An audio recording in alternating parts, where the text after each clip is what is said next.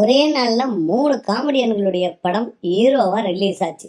Santhanam, சந்தானத்தோட DD next level, அடுத்து சூரியுடைய மாமன், 3வது வந்து முடிஞ்சால் கை தட்டுங்க அப்படின்னு யோகி பாபுடைய படம்.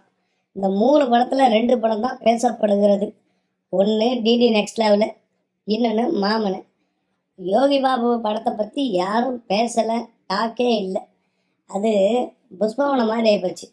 இருந்தாலும் இந்த 2 படத்தில் எந்த படம் ரேஸில் வின் பண்ணுச்சு அப்படின்னு பார்த்தீங்கன்னா, டிடி நெக்ஸ்ட் லெவல் முதல் நாள் வசூல் வந்து 3 கோடியாம். மாமன் படம் வந்து 1.75 கோடி வசூலுன்றாங்க.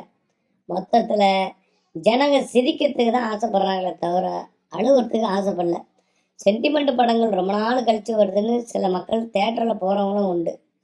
இந்த வெள்ளி, சனி, ஞாயிறு 3 நாளில் தான் மால்லே பிஸ்னஸ்ன்றாங்க.